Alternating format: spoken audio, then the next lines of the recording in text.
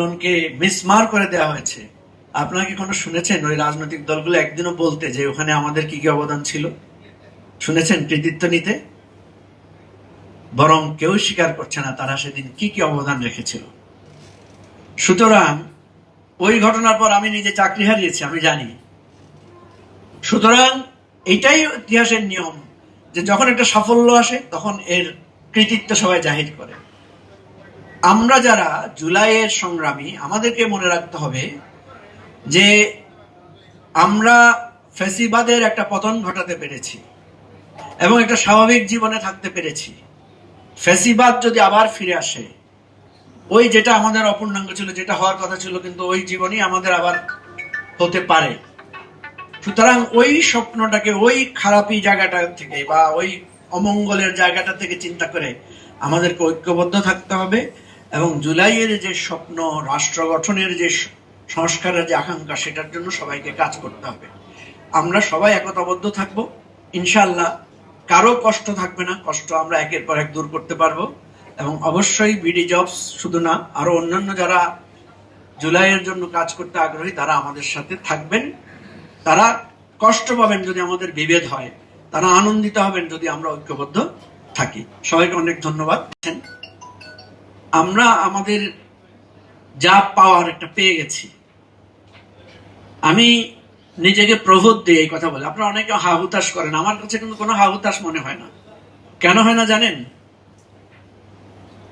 এই যে জাবিরের মা বাবা এখানে আছেন না, যদি জুলাই সফল না হতো, এই মা বাবাদেরকে জঙ্গি বলে, আজকে জঙ্গি পরিবার বলে তাদেরকে হেনস্থা করা হতো। আপনারা যারা গুলি বহন করছেন শরীরে, যাদের হাত পা ক্ষতিগ্রস্ত, এরা একজনও আমরা স্বাভাবিক জীবনযাপন করতে পারতাম না। আমাদেরকে পরিচয় গোপন করে হয় দেশ ছেড়ে অথবা স্থান ত্যাগ করে থাকতে হতো। আমরা জেল থেকে আর কখনো বেরোতে পারতাম কিনা, বুড়িগঙ্গায় বা তুরাগ নদীতে হয়তো কারো কারো স্থান হতো। কেন এটা বলছি? আমি আমার বাস্তব অভিজ্ঞতা থেকে বলছি। এই একটু আগে আমি একটা ইন্টারভিউ দিয়ে আসছি একটা বড় মিডিয়ার কাছে। আমাকে জিজ্ঞেস করেছে যে জুলাইয়ের অবদান নিয়ে যে বিতর্ক, এই ব্যাপারে আপনার বক্তব্য কি? আমি বলেছি যে ছেলে যখন A+ পায়, বা আগের যুগে এখানে যারা সিনিয়র আছেন, এই যে আমাদের এক মুরব্বী আছেন, দেখবেন আগের যুগে স্ট্যান্ড করতো। আজকের মতো A+ ভাই বলতে পারবেন, স্ট্যান্ড করতো বোর্ডে।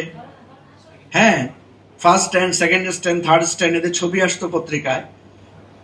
তো বাচ্চাদেরকে জিজ্ঞেস করতো যে তোমার এই অবদানের পেছনে কার ভূমিকা বেশি? কেউ বলতো মায়ের, কেউ বলতো শিক্ষকের, এবং পরিবারগুলোর ইন্টারভিউ দেওয়া হতো টেলিভিশনে। সবাই তার কৃতিত্ব বলতো। মা বলতো আমি আমার ছেলেকে এই টেক কেয়ার করেছি, শিক্ষক বলতো এটা, মানে অবদান কার কার ছিল এগুলো বর্ণনা হতো।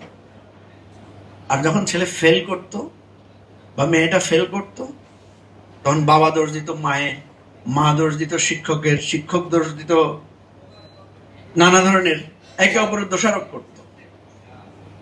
আমাদের চোখের সামনে, এবং আমরা অন্তর্ভুক্ত ছিলাম, 5ই মেতে একটা গণ আন্দোলন হয়েছিল। সে আন্দোলনটা করেছিলেন আলেম ওলামারা।